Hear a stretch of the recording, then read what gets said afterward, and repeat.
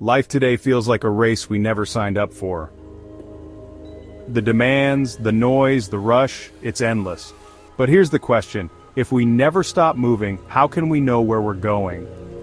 Stillness is not the same as idleness. It's the foundation of focus and clarity, the tool that lets us reclaim our direction. As Marcus Aurelius said, you have power over your mind, not outside events. Realize this, and you will find strength. Stillness is that strength. It's the space where we stop reacting to the world and start mastering ourselves. But here's the secret.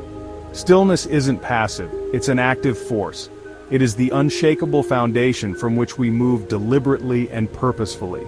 As Seneca reminds us, the mind that is anxious about future events is miserable. Stillness brings us back to this moment, where life is actually happening. This idea isn't unique to the Stoics.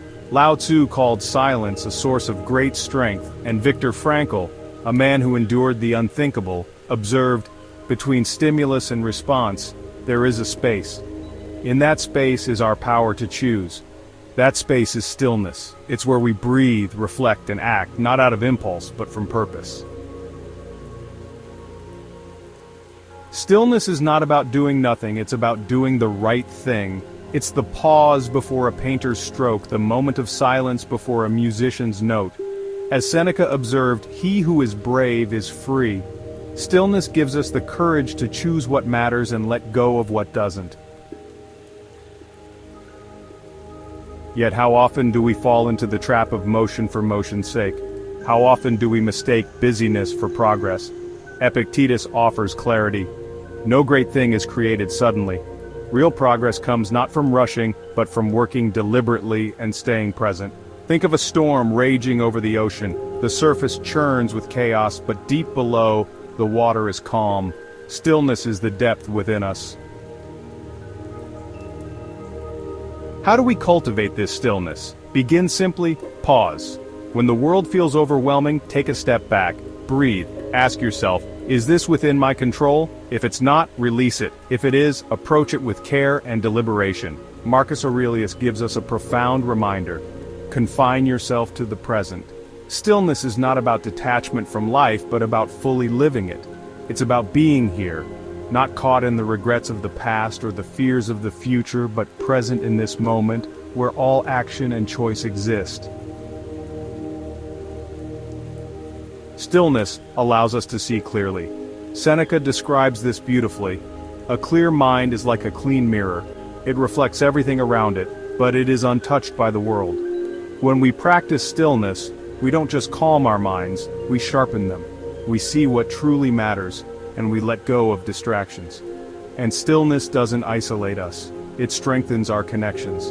A still mind brings clarity to relationships, purpose to our work, and peace to our communities.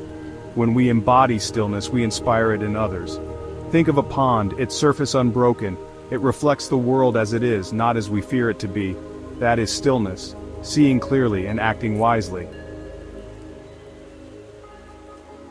But stillness isn't just for reflection, it's the source of deliberate action. In battle, a frantic soldier loses. A calm warrior, deliberate and present, adapts and endures. Stillness sharpens our responses, strengthens our resilience, and clarifies our purpose. Stillness also reminds us of the transient nature of life. Marcus Aurelius reflects how quickly all things disappear, in the universe, the bodies themselves, and in time, the memories of them. By embracing stillness, we confront the impermanence of everything around us, not with despair, but with perspective. We learn to cherish the present moment, fleeting as it is, and make choices that matter. Stillness does not remove difficulty, it prepares us for it. Epictetus advises, difficulties show a person's character. Therefore, when trouble arises, think of yourself as a wrestler who God, like a trainer, has paired with a tough opponent. In stillness, we find the strength to meet these challenges with grace. So will you let life pull you in every direction, or will you choose to pause, reflect, and reclaim your focus? Let stillness guide you. Let it be your foundation for wisdom and your compass for action. Thank you for watching. If you enjoyed this video, please like and subscribe if you want more modern Stoic meditations.